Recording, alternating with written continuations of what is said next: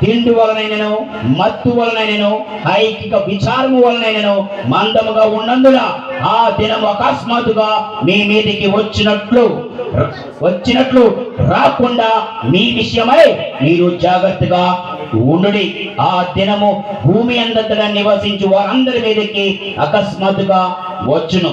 కాబట్టి మీరు జరగబో వీటినెల్లా తప్పించుకొని మనుష్య కుమారుని ఎదుట నిలువబడుటకు శక్తి గలవారగునట్లు ఎల్లప్పుడూ ప్రార్థన చేయుచు మెలకుగా ఉండుడని చెప్పాను. మరి రాత్రి వెతుకుతుంది, ప్రొద్దున వెతుకుతుంది.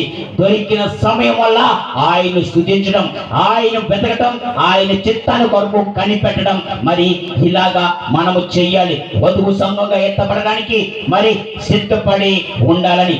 దేని వల్ల మత్తులు అయిపోతున్నామో గమనించుకోమని దేవుడి దినాన సెలవిస్తున్నాడు. ఇక్కడ 2-3 చూస్తే అక్కడ ఒకవేళ తిండి వలనైనా మత్తు వలన అంటే సొంత వ్యక్తిగత జీవితాల్లో మరి మనకి వ్యక్తిగత జీవితానికి లాభాలు కొరకు కానీ మరి కోరికలు తీసుకునేగా ఉండొచ్చు. ఇక్కడ మరి ఇంకోటి చూస్తే ఐకిక విచారము అంటే జీవనోపాధి కోసం, అంటే జీవితం ఎలా గడుస్తుంది అని జీవితం కోసము, కుటుంబం కోసము చింత కలిగి ఉండడం. ఇందులో మరి అక్కడ ఇంగ్లీష్ లో అక్కడ చెప్పిన పదం ఏమిటంటే కేర్స్ ఫర్ లైఫ్, అంటే జీవము కోసం, జీవితం కోసం చింత పడటం.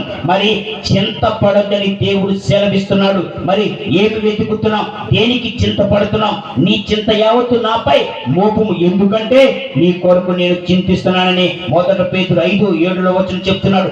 దేని కోసమో చింత పడకూడదు. తిండి వల్ల మత్తులమైపోయామో, లేకపోతే మరి దేని వల్ల మత్తులమైపోయావు అంటే దేనికి బానిసమైపోయావు, దేని కొరకు ఏ విషయంలో మరి దేవుణ్ణి కనుగొనట్లేదు, దేవునికి స్తుతించట్లేదు, దేవుడి సన్నిధానికి రావట్లేదు. ఇలాంటి మత్తులో అయిపోయి దేవుడి సన్నిధికి రాలేకపోతున్నామేమో. ఒకనొక దినము ఆయన ఎదుర్కోవడానికి సిద్ధంగా ఉండాలని దేవుడు దినాన సెలవిస్తున్నాడు. మరి మరి ఐకిక విచారము అంటే జీవితంలో చింత కలగటము. మత్తయి సువార్త మరి అక్కడ చెప్తున్నాడు, మరి నీ చింత యావత్తు నాపై మోపమని చెప్పేసి. మత్తయి సువార్త 10వ అధ్యాయము